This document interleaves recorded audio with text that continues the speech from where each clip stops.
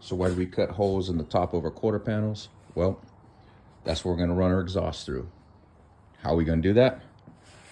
Well, it's gonna involve the trunk and a little bit of ingenuity.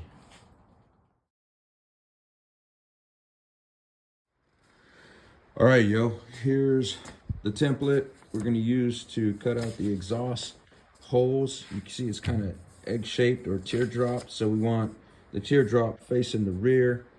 I got the other one mocked up for now. Gonna center it a little bit, but really just trying to gauge the distance. So I'm taking some measurements from the back of the quarter to the top, see if we can get this thing lined up, mocked up, and then cut out.